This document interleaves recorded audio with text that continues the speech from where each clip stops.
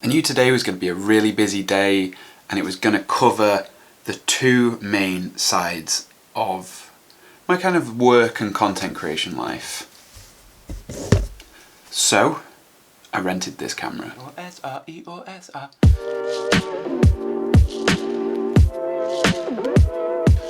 So I don't actually know what the picture quality looks like on this, but whoa, seems like it's pretty good. One thing I really love about this camera is this like, I can't remember what it's called, but this like little adapter wheel. So good. Just got it mapped to ISO. Oh my, right, it's tracking my face in this. The autofocus is pretty sick. Although I find myself looking, I just keep looking at the screen. Right, I'm somehow, even though I had 2 hours, I'm managing to be running late, so let's go.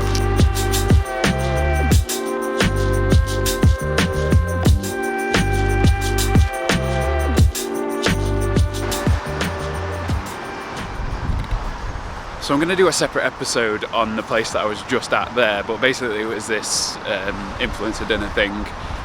I'll talk about it in a whole separate episode, so forget about that for now. What I need to do is I need to clarify why I need a new camera. At the moment I have 3 cameras.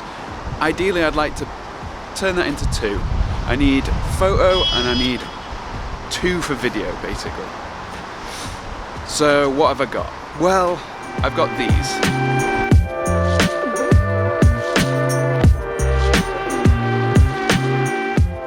The video out of the A7 R is basically unusable, but the stills from it are just, they stand up. I just sent one to print, 40 by 30 inch print, and it looks incredible.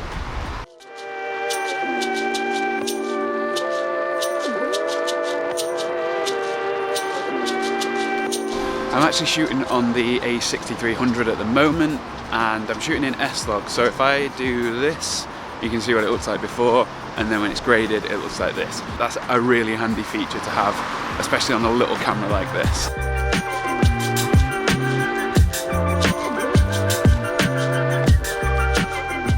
The C100 is a workhorse that doesn't suffer from limitations that DSLRs have when it comes to video.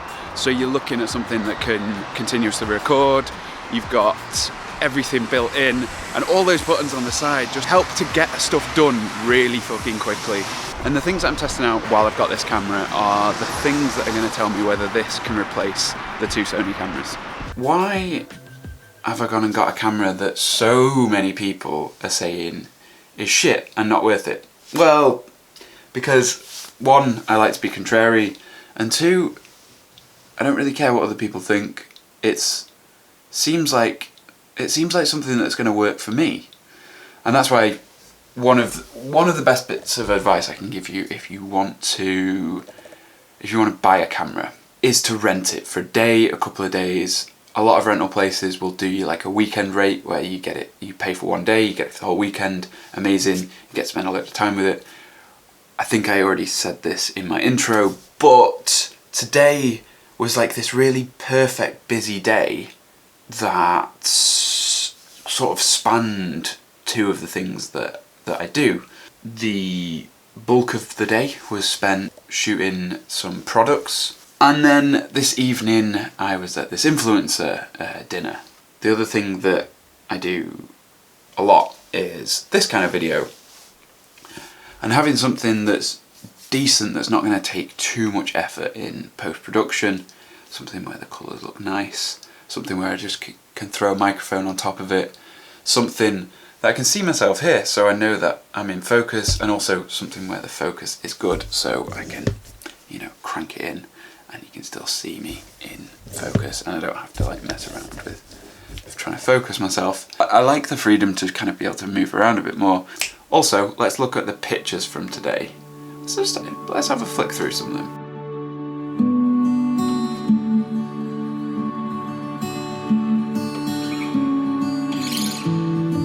What do I like about this camera? What do I hate about it? Am I gonna buy one? Well, I think I need to rent a Sony A7 III because I've not spent a lot of time with that camera. This camera, I've really loved working with it. It just, like, I picked it up straight away. I've never shot with Canon before, stills wise. Obviously I've got the C100, but that's a very, very different camera. It's great for this. It's perfect for this kind of thing. I think the footage out of this is going to look great. At the moment we're cranked up to 2500 ISO. Oh, my contact lenses are failing me. It's only... I've got this camera until 10 o'clock. It's 12:30 now. 9.5 more hours. I want to do some time-lapse stuff with it as well. I have a real gripe with how difficult it is to get to the video functions on this. I thought Canon did menu systems really well. I really like the touchscreen. Really, really like the touchscreen. I really like the little dial that you get on the adapter that you can do like ISO with, or you can set it up to like whatever you want. I really like that. That's super handy. I like the way it feels in my hand. It takes pictures like perfectly. I really, really enjoy that. Great experience using the touchscreen to like focus and things like that. And you can set it so when you touch it, it focuses and takes the photo. That was actually really handy because I didn't have a cable release. Obviously I've just rented this out. I shoot on Sony. Cable release is a different system. Ergo. I didn't have a cable release, but like lightly grazing that screen, it worked. It worked absolutely fine. Do you know what I'm going to do actually? This, I'm really worried that this, can you hear that? I'm going to switch to 4K and I'm going to use it on the, I'm going to use the EFS lens. So this is in 4K now. Let's go back. One of the good things about this Canon R as opposed to the 5D Mark IV is, yes, they both have the same like crop in 4K, but you can't use Canon's EFS lenses on the 5D Mark IV. You can use them on this. That effectively gives you somewhere around the same size of sensor as the Canon C100, and that works great with this 10 to 18 EFS STM lens. I feel like this video is going to be like cabin fever, like slow descent into like madness. So that makes the 4K really usable for me. Yeah, the lens quality is a little bit less, but hopefully not too bad. I don't really know what else to say about this camera. Like, it's just a camera, it's fine.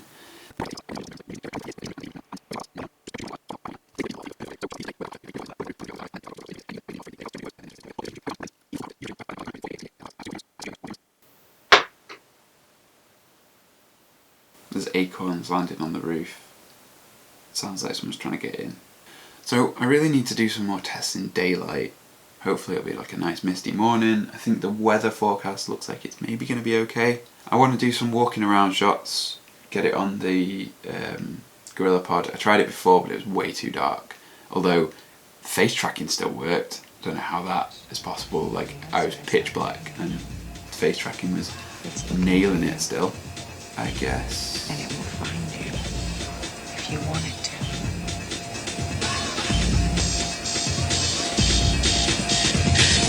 So, yesterday was a pretty busy day.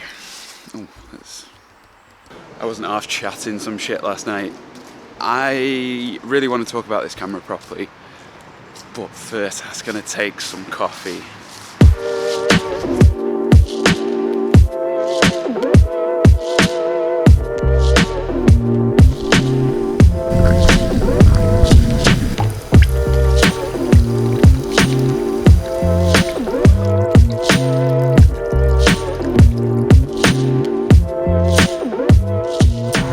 So there are a couple of things that I want to test out with this guy before I take it back.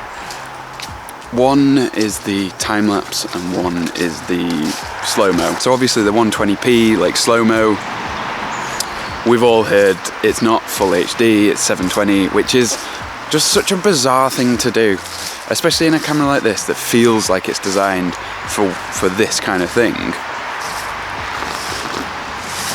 Just such a weird one, just a weird one. So I want to test that out, see what it's like with some decent light. It's kind of like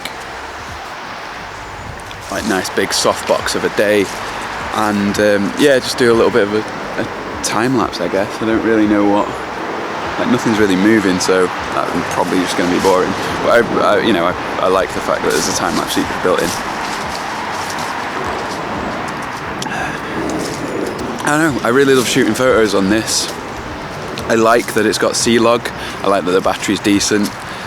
The fact that it's got C-Log means that I can really easily match it up to the C100, which is great if I'm doing like a 2-camera interview, something like that. It's quite heavy, let's be honest. It's not the lightest camera, and that's with a really light, like 10-18 sort of STM lens on it. So, time lapse.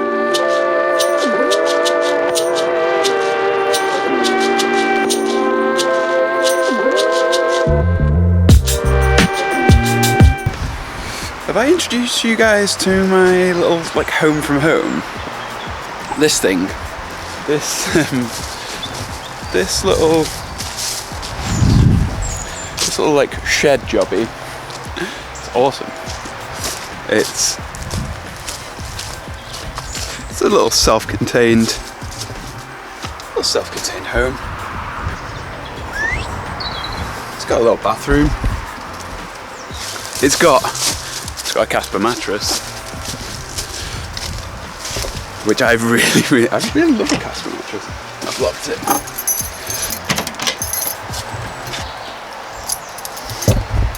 I mean, it's not like glam. I don't think you call it glam. But you know, we've got the internet. A garden set that goes outside usually. And you know, as I said, I think it's, no, not Casper, which is the yellow one? Yeah, so this is my little, like, kind of like my little home in the countryside. So freaking autumnal. B-roll of some autumnal.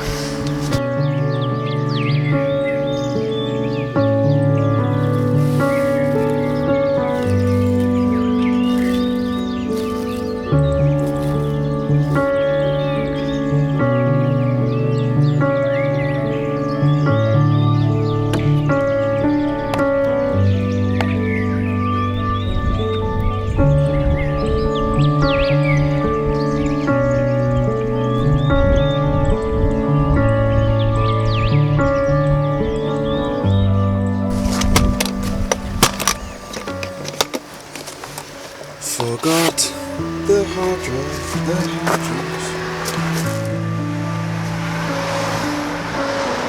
So one of my main gripes with this camera is how difficult it is just to get to, if you're on picture mode, so you've taken some pictures, to get to filming you have to press this dial, then this button, then this button, and like, okay, you're good to go. You're filming in full HD, but you're kind of like, oh, I need to get some slow-mo. So you go, well, first you think, right, well, I can just go to this, and set that. Oh, and there's no option for slow-mo there. So then you go to menu, you're like, right, record quality, half frame rate, enable. Okay, so that's it there. That's way too many steps. I really love this screen. I think it looks great. It feels nice. I like the fact that you can kind of return it to this way and just not have a screen there. You can just use the viewfinder. This is okay, like it's not the best. When you're in this screen and your eye is up to the viewfinder, you can actually use this side as like a joystick to choose your autofocus points. So you see the autofocus points there, and move it down to there. I think the grip feels great. I really like it. I don't know, maybe I've got really small hands or something, but I kind of like mirrorless cameras for the grips. Like, yeah, I know this is a big point of contention, but for me, it's not a big deal. I love this screen. I've missed this having the Sony cameras. This is nice. I think all around it's just a decent camera. Time for this guy to go back now. I keep looking at the screen. This is one of the problems with the flippy outy screen. Right, it's time for this camera to go back now. I've not really tested it. I've not tested everything about it. I'd really love to spend some more time with it before I actually buy one, I think. I don't know, I'm pretty in love with it when it comes to being a photo camera, and it does work really well for this. I'm gonna see what the footage looks like from the sort of slow-mo type of stuff. If that's terrible, if the 4K is terrible, then probably the Sony a7 III for me. Even though I'm not that keen on that camera. Yeah, so this is going back. I'm really sad to see it go, actually. Kind of fallen in love with it.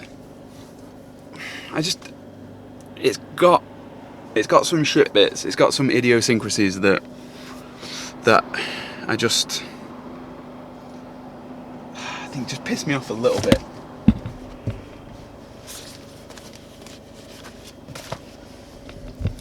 Anyway, I really don't want to be late back with it, so I better get going now. Full day of shooting on this bad boy. I actually really love this camera. I'm surprised at how much hate it's getting, although I have been shooting stills. Maybe when it comes to video, it might not live up to what I need.